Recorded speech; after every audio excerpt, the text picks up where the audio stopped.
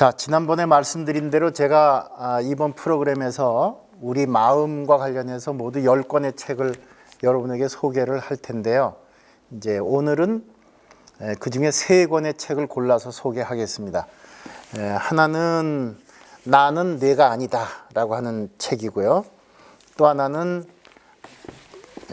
심리철학이라는 책이고, 그리고 끝으로 미움받을 용기라고 하는 책을 소개를 여러분께 해드리겠습니다. 이 마음에 관해서 제가 지난 시간에 지금 철학이든 과학이든 최첨단 지성의 영역에서 가장 지금 핫한 가장 중요한 연구 소재는 인간의 마음이고, 육체로서 말한다면 뇌다라는 말씀을 여러분들에게 드렸어요. 그런데 여러분들 혹시 최근에 호모데우스라는 책을 읽어보신 적이 있나요? 호모데우스. 유발 하라리라고 하는 이스라엘의 역사학자인데, 우리나라에 지금 기본적으로 3권의 책이 지금 출판돼 있죠. 사피엔스라고 하는 책하고 호모데우스, 그리고 21세기를 위한 21가지 레슨, 이 3권의 책이 우리에게 소개가 되어 있는데, 그 중에서 이제 호모데우스라는 책에 보면 이런 말이 있어요. 이건 이제 유발 하라리가 한 말입니다. 마음과 의식에 관해서 과학이 아는 것은 놀라울 정도로 적다는 거예요. 지금 이 과학이 발전해서 뭐 AI도 만들고 뭐 엄청난 것 같지만, 사실은 마음과 의식, 우리의 컨셔스에 대해서, 우리 의식에 대해서 과학이 아는 것이 놀라울 정도로 적다는 거예요. 이제 오늘날의 과학적인 정설은 마음이란 뭐냐? 그러니까 우리 뇌의 전기화학적 반응, 그러니까 뇌신경의 전기화학적 반응이 일어날 때 그것 때문에 의식이 생기고, 우리의 의식이라는 것이, 다시 말하면 우리가 생각하고 기억하고 하는 이 의식이 뇌에서, 뇌신경 회로에서 일어나는 전기화학적 반응에 불과하다라는 거예요. 그리고 마음의 경험이라고 하는 것은 어떤 데이터 처리 기능하고 비슷한 것이다 말이에요. 여러분들 컴퓨터 보면 데이터를 저장하고 다시 불러일으키고 하는데, 그런 거하고 비슷하다는 얘기를 지금 과학자들이 하고 있다는 거예요. 그런데 여기서 이제 중요한 게, 그런데 과학은 이걸 몰라요. 뭘 모른다?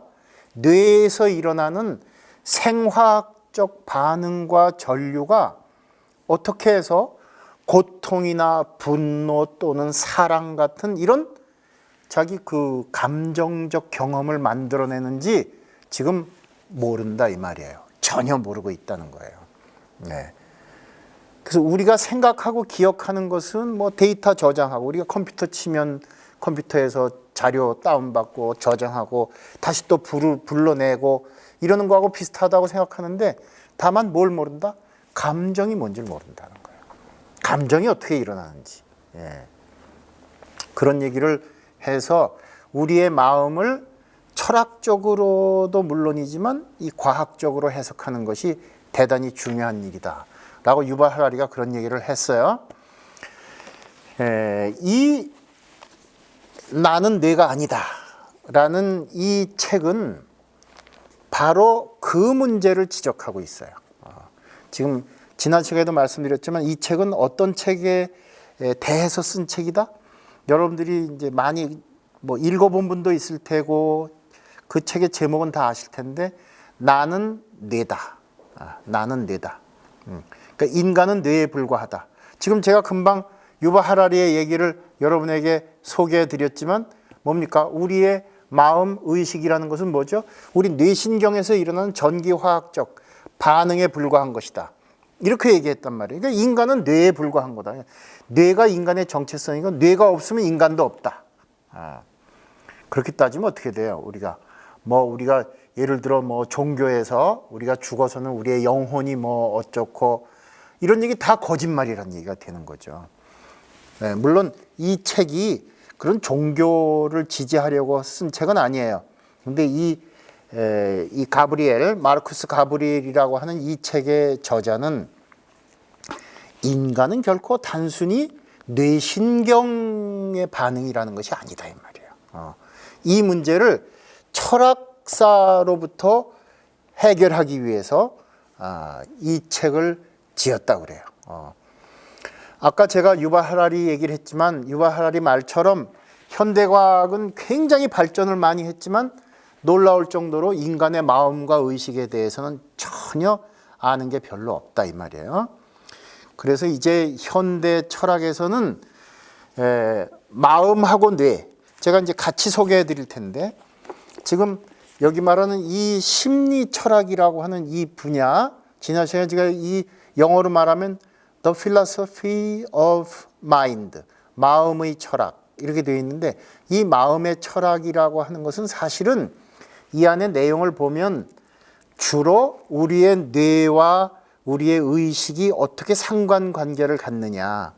그래서 현대 심리학이라고 하는 것이, 여러분들 현대 심리학이라는 것은 이게 이제 거의 자연과학, 의학 분야로 다 넘어갔거든요. 뭐냐면 뇌를 과학적으로 연구하는 것이 심리학이다라고까지 얘기할 정도로. 그래서 우리의 뭐 뇌의 구조가 전두엽이 어떻고 후두엽이 어떻고 뭐 간뇌, 소뇌 이런 얘기를 하는데, 전두엽에서는 주로 우리 마음의 어떤 기능을, 뭐 후두엽에서 어떤 기능을, 그래서 뇌의 어느 부분에 전기 자극을 보냈더니 뭐 슬픈 감정이 일어났더라, 뭐 기쁜 감정을 일으켰더라. 이래서 우리의 감정마저도 그냥 뇌의 신경 자극 반응에 불과한 것이다. 이렇게 지금 과학자들, 특히 의학자들은 그런 방향으로 연구를 굉장히 진행하고 있어요. 그런 연구가 막 진행될 때 그것들에 대한 철학적 의미를 연구한 책이 바로 이 책입니다. 바로 이 책이에요. 그 심리 철학이라고 하는 이름으로 나온 이 책이에요. 여러분들이 이 책을 보신다면 우리의 마음과 그리고 뇌의 상관관계가 어떤 것인가, 이걸 철학적으로 어떻게 해석할 수 있는가 하는 것을 여러분들이 읽으실 수가 있을 거예요. 그런데 이 책이 초기에 과학과 철학이 서로 그냥 일종의 융합관계, 좋은 밀월관계라고 할까요? 서로 뭐 배타적이지 않고 그런 관계를 유지한 책이라고 한다면, 이 책은 아니에요. 이 책은 자연과학이 인간의 정체성을 그냥 일종의, 아까 뭐라 그랬죠? 우리는 뇌다, 인간은 뇌에 불과하다. 그런데 그런 것에 정면 도전하는 책입니다. 인간의 정신은, 그래서 이 마르쿠스 가브리엘은 자기의 철학을 정신 철학이라고 불러달라. 그래서 이 필로소피하고 마인드하고 다르다. 그러니까 마인드나 의식은 우리의 뇌회로로부터, 신경회로로부터 창출되는 것일 수도 있지만, 그걸 떠나서 예를 들어서 뭐 종교적으로 말하는 어떤 심령, 또 어떤 영적인 뭐 스피리추얼한 어떤 문제들, 영성, 이런 것들을 다루어서 인간은 결코 그렇게 유물론적이지 않다. 인간은 물질적 존재가 아니다라는 것을 그 서양 철학의 그 역사 속의 그 철학적인 그 발견들을 가지고 얘기를 해요. 그래서 이 책의 부제가 뭐냐 하면요, 제가 부제를 읽어드릴게요. 부제를 여기 보시면 뭐라고 썼냐면, 칸트, 다윈, 프로이트, 신경과학을 횡단하는 21세기를 위한 정신철학이다.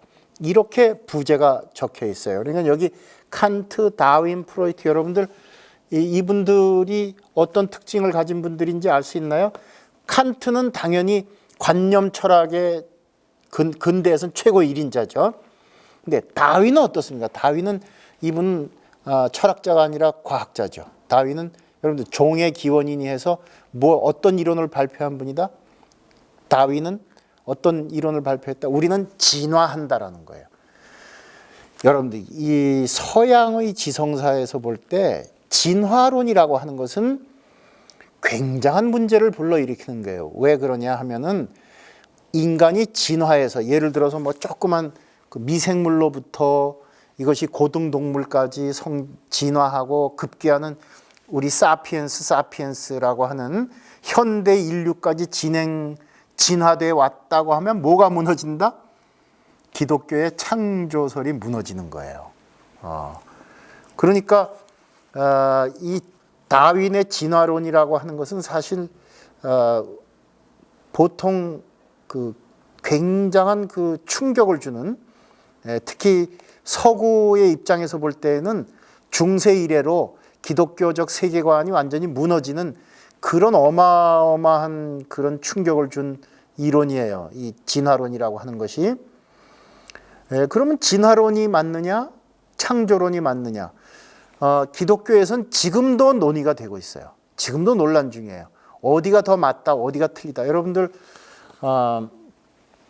여러분들이 흔히 볼 수 있는 유튜브에서도 만약 여러분들이 진화론과 창조론 이렇게 제목을 쳐서 여러분들이 찾아보신다면 아주 엄청난 그 서로 논쟁이 벌어지고 있다는 것을 알 수가 있어요.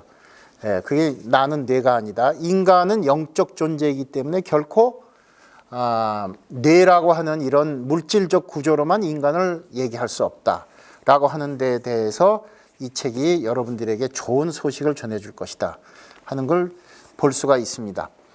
자, 이 이제 두 권의 책을 제가 여러분에게 소개해 드리는 이유는 마음에 대한 그 연구와 마음에 대한 관심이 21세기의 이 첨단 지성적 학문, 과학 이 속에서 굉장히 중요시 된다는 얘기고, 그 두 가지를 철학적으로 우리가 볼 때, 마음에 대해서 철학적으로 본다고 할 때 이 두 권의 책이 여러분들에게 핵심적인 내용을 전달해 줄 수 있을 것이다.